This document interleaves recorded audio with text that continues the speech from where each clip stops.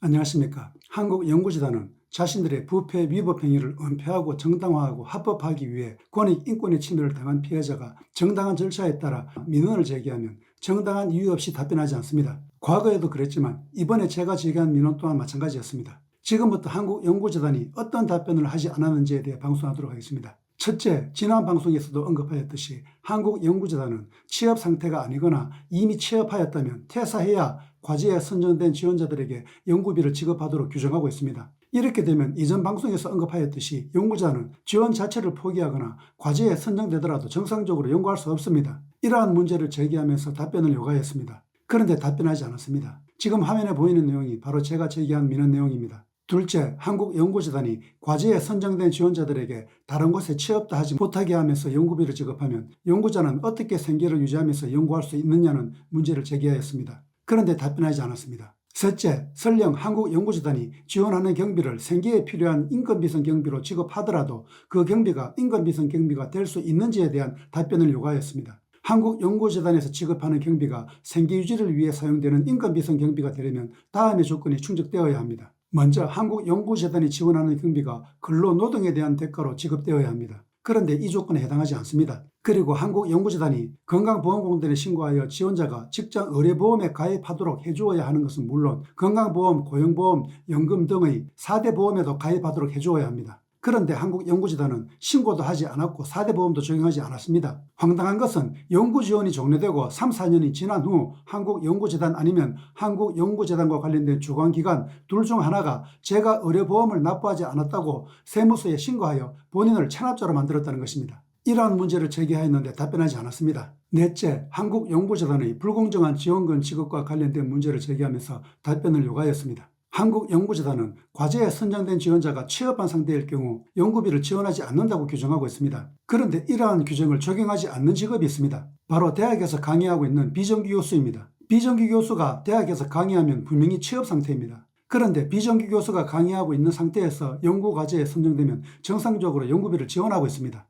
더욱 황당한 것은 비정규 교수가 대학에서 강의하지 않고 다른 직종에 취업하여 인건비를 받고 있으면 취업으로 인정하여 연구비를 지원하지 않는다는 것입니다. 저는 이러한 불공정한 규정을 적용하는 것에 대해 문제를 제기한 것입니다. 그런데 답변하지 않았습니다. 다섯째, 한국연구재단이 능력 자격을 갖춘 연구자를 선정하여 지원할 수 있도록 평가 항목을 만들어 놓고서는 왜 그 평가 항목을 적용하지 않느냐는 문제 제기였습니다. 이 문제는 바로 이전에 방송한 내용이기도 합니다. 한국연구재단은 능력 자격을 갖춘 연구자를 선정하기 위해 평가 항목을 만들어 놓고서는 이것을 적용하지 않습니다. 아주 일부 적용하더라도 점수로 수치화하여 적용하지 않고 문제되는 내용만을 언급하면서 당락을 결정합니다. 심각한 것은 이것이 특정 지원자를 선정하고 탈락시키는 수단으로 이용되고 있다는 것입니다. 이러한 문제를 제기하면서 답변을 요구했는데 답변하지 않았습니다. 여섯째, 한국연구재단이 정확하고 논리적이고 사실적이고 객관적이고 타당하지 않은 심사를 하면서 특정 연구자를 선정하고 탈락시키고 있는 것에 대한 문제 제기였습니다. 이 또한 바로 이전에 방송한 내용이기도 합니다. 그런데 답변하지 않았습니다. 일곱째, 한국연구재단의 불친절, 직무유기, 갑질 행위에 대한 문제 제기였습니다.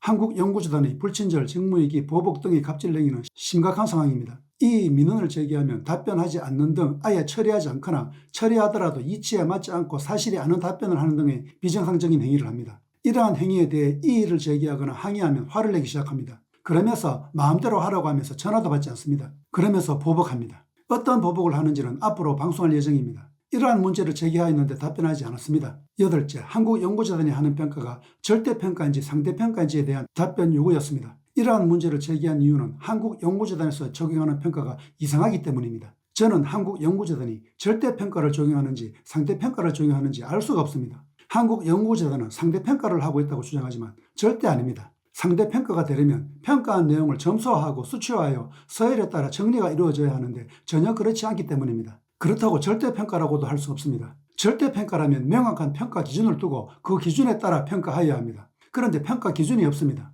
개인적인 생각으로 현재 한국연구재단의 평가는 절대평가에 가깝다고 할 수 있습니다. 상대평가는 절대 아닙니다. 그런데 기준이 없는 절대평가를 하고 있습니다. 기준이 없는 절대평가는 절대평가가 될 수 없으며 개인의 주관적인 평가밖에 될 수 없습니다. 문제는 이것이 특정 연구자를 선정하고 탈락시키는 데 이용되고 있다는 것입니다. 그런데 이러한 문제 제기에 대해 답변하지 않았습니다. 지금까지 저는 한국연구재단이 제가 제기한 이의 제기나 민원에 대해 답변하지 않은 내용이 무엇인지에 대해 언급하였습니다. 지금 화면에 보이는 것은 저희 답변 요청에 대해 한국연구재단이 보내온 답변서 전문입니다. 어디에도 그 답변 내용을 찾아볼 수 없습니다. 심지어 답변서는 페이지도 적혀있지 않고 분량도 3장밖에 되지 않는 아주 무성의한 답변입니다. 그리고 제가 제기한 문제에 대해 항목별로 답변해달라고 그렇게 부탁하였는데 이것도 무시하였습니다. 물론 이루어진 답변이 있기는 합니다. 이전 방송한 내용과 심사자의 배정과 관련된 내용이 그것입니다. 심사자의 배정과 관련된 내용은 한국연구재단이 심사자를 배정할 때 어떤 절차 방법으로 심사를 배정하는지에 대한 답변 요청이었습니다. 제가 이러한 문제를 제기한 이유는 심사 배정이 적절하게 이루어지지 않고 있다는 정황이 있기 때문입니다.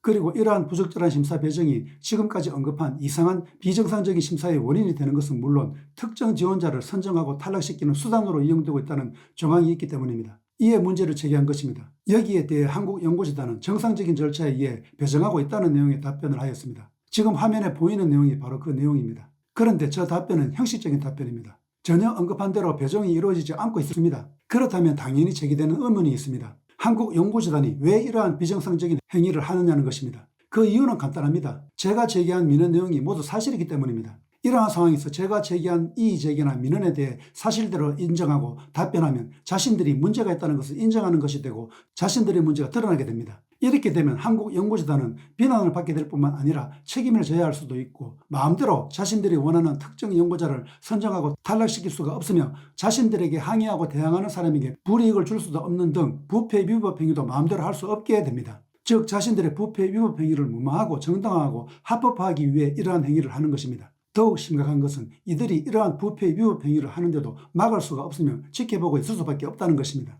이들의 이러한 행위를 막을 주체는 없습니다. 막을 수 없는 가장 핵심적인 이유는 한국연구재단의 부패 위법 행위를 막을 목적으로 만들어지거나 막을 의무가 있는 기관 부서들이 전혀 자신의 역할을 하지 않고 있기 때문입니다. 이러한 문제는 한국연구재단의 문제에만 적용되는 것이 아닙니다. 대한민국에서 발생하는 많은 부패 위법 행위가 동일한 문제로 해결되지 못하고 있습니다. 현재 제가 유튜브를 통해 방송하는 이유도 바로 이것입니다. 이러한 문제를 국민에게 알리기 위해 방송하고 있습니다. 이들의 부패 위법 행위를 막을 유일한 주체는 국민밖에 없기 때문입니다. 저는 이들의 부패 위법 행위를 알리기 위해 8년째 사회운동을 하고 있습니다. 그런데 아무 소용이 없습니다. 이에 저는 마지막 수단으로 유튜브 방송을 하고 있습니다. 저희 방송을 시청해 주셔서 감사합니다.